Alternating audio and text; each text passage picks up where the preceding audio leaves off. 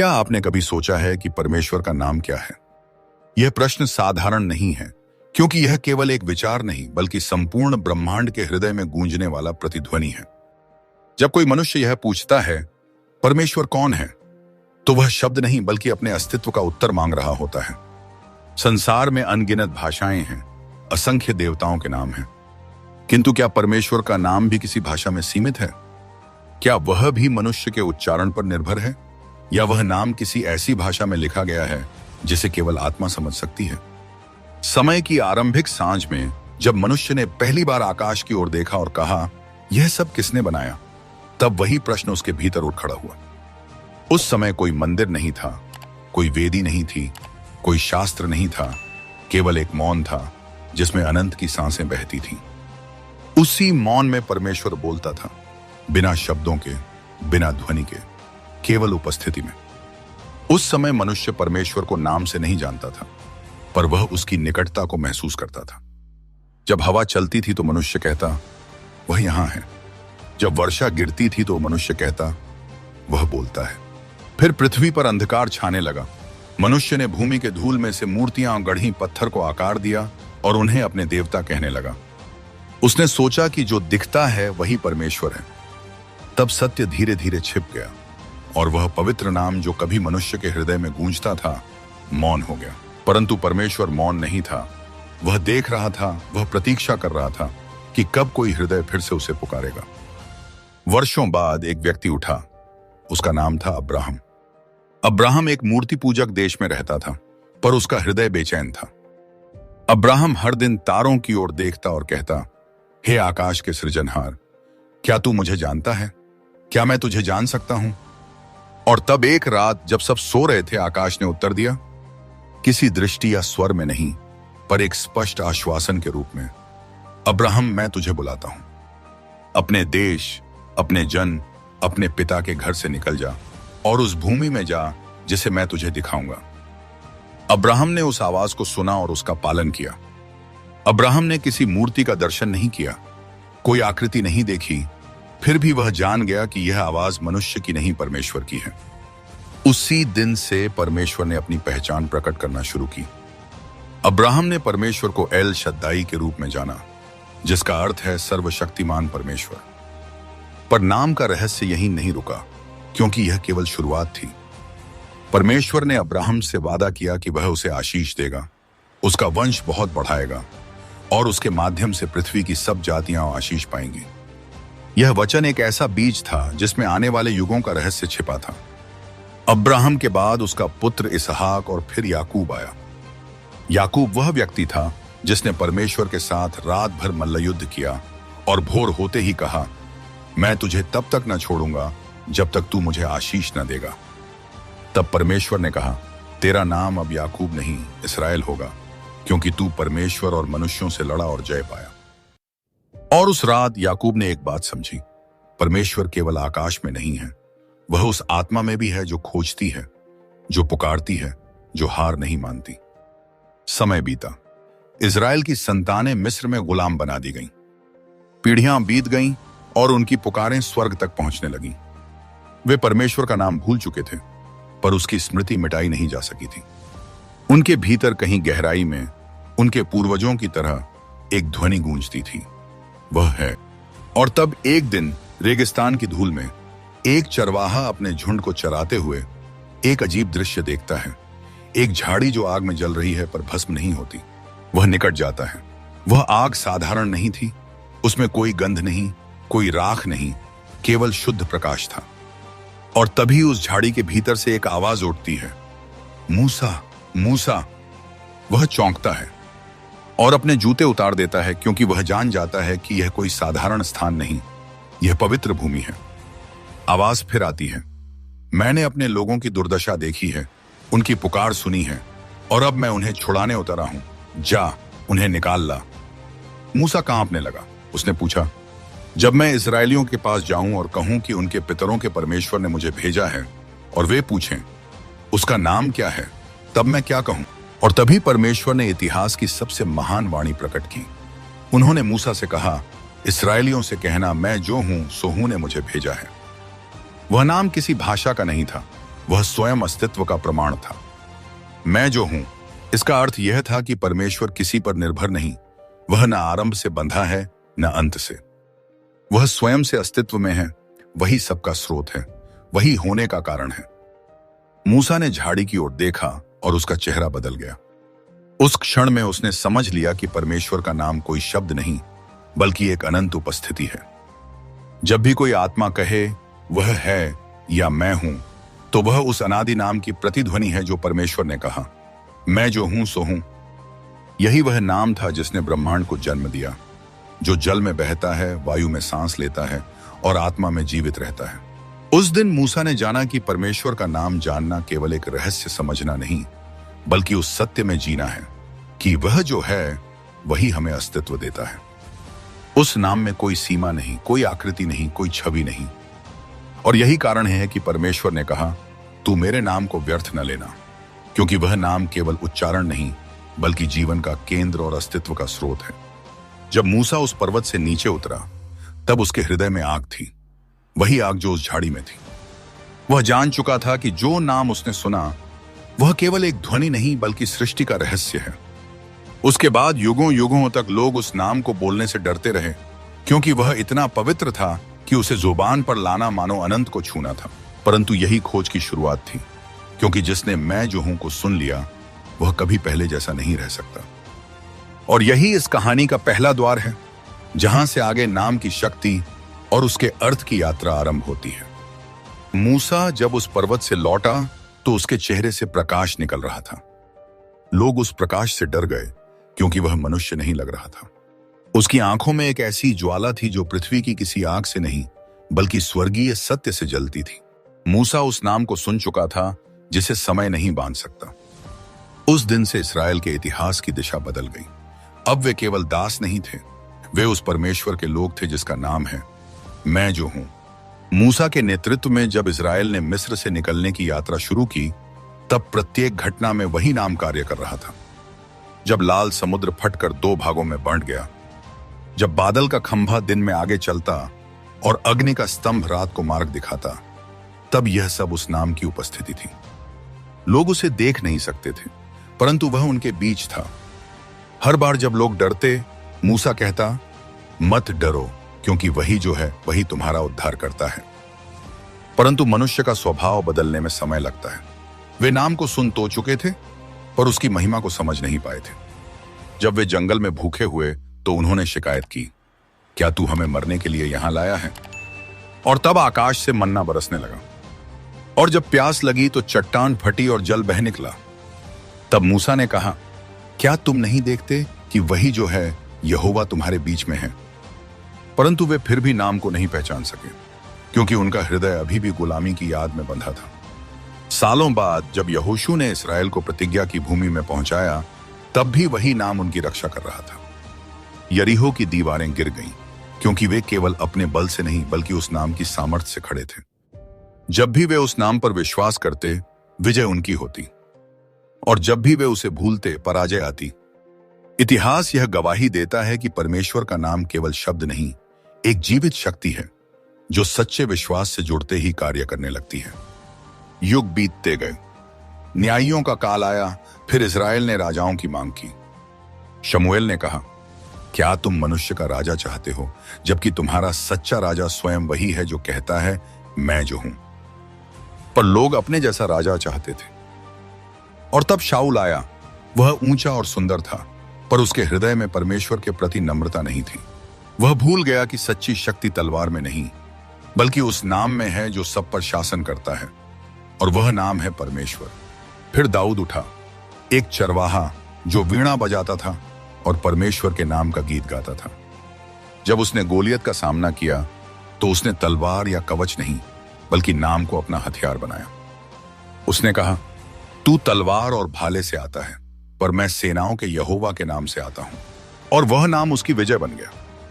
उस दिन से यह सिद्ध हो गया कि जो उस नाम पर भरोसा करता है वह संसार की किसी भी शक्ति से नहीं डरता।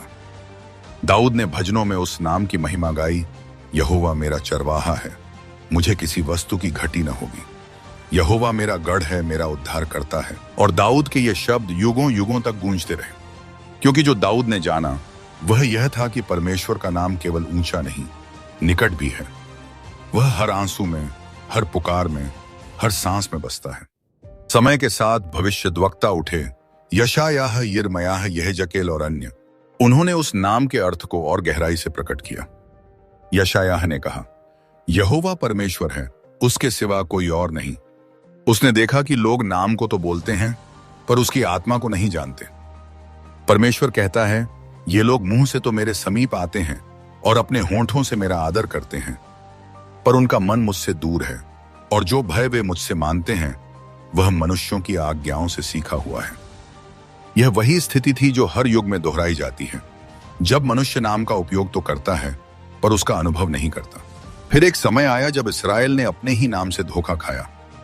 उन्होंने नाम को परंपरा बना दिया, नियम बना दिया, लेकिन उस नाम के भीतर का प्रेम और न्याय भूल गए। मंदिर था, बलिदान थे, प्रार्थनाएं थीं, पर हृदय सूखा था। और तब परमेश्वर ने अपने भविष्यद्वक्ताओं के द्वारा चेतावनी दी, मैं बलिदान नहीं, दया चाहता हूं। मुझे अनुष्ठान नहीं, बल्कि नम्र और सच्चे हृदय की भक्ति प्रिय है। परमेश्वर का नाम केवल पवित्रता नहीं, दया का स्रोत भी है। वह न्याय करता है पर प्रेम से, वह अनुशासन देता है पर उद्धार के लिए। यशायाह ने उस नाम की सामर्थ्य का दर्शन किया। एक बालक हमें जन्मा है और उसका नाम रखा जाएगा अद्भुत, परामर्शी, पराक्रमी परमेश्वर, अनंत काल का पिता, शांति का राजा।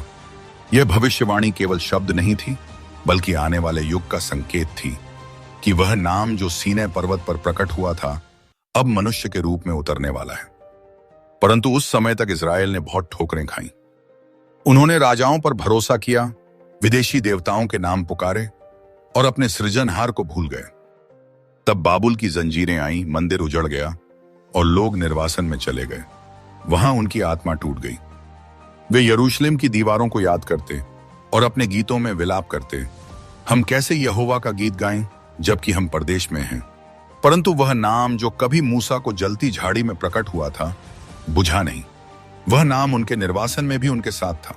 उसने कहा, जब तू जल से होकर गुजरेगा मैं तेरे साथ रहूंगा, जब तू आग में चलेगा तो वह तुझे नहीं जलाएगी।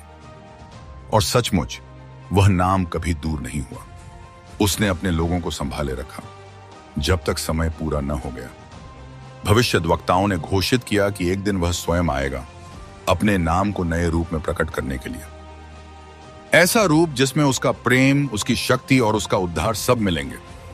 और यह वादा अगली सुबह का संकेत था, जहां वह नाम केवल वाणी नहीं, देह बनकर प्रकट होगा।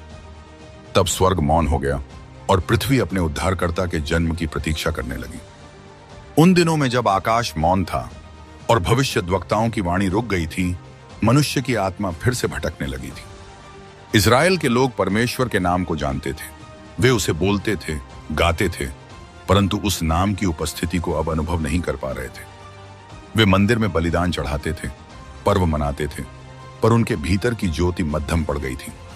ऐसा लगता था कि परमेश्वर दूर चला गया है। परंतु परमेश्वर मौन नहीं था, वह योजना बना रहा था। एक ऐसे क्षण की तैयारी कर रहा था जब मैं जो हूं स्वयं मनुष्य के बीच में आएगा, ताकि मनुष्य फिर से उस नाम की शक्ति को देख सके। वह युग रोमन शासन का था। पृथ्वी पर अत्याचार, अन्याय और निराशा का अंधकार छाया हुआ था। लोग आकाश की ओर देखते और कहते, हे यहोवा, तू कहां है? भविष्यद्वाणियां मौन हो चुकी थीं। मंदिर में नियम तो था पर आत्मा नहीं। लोग विधि निभाते रहे पर उपस्थिति खो गई थी। तब स्वर्ग में एक दिव्य संवाद हुआ।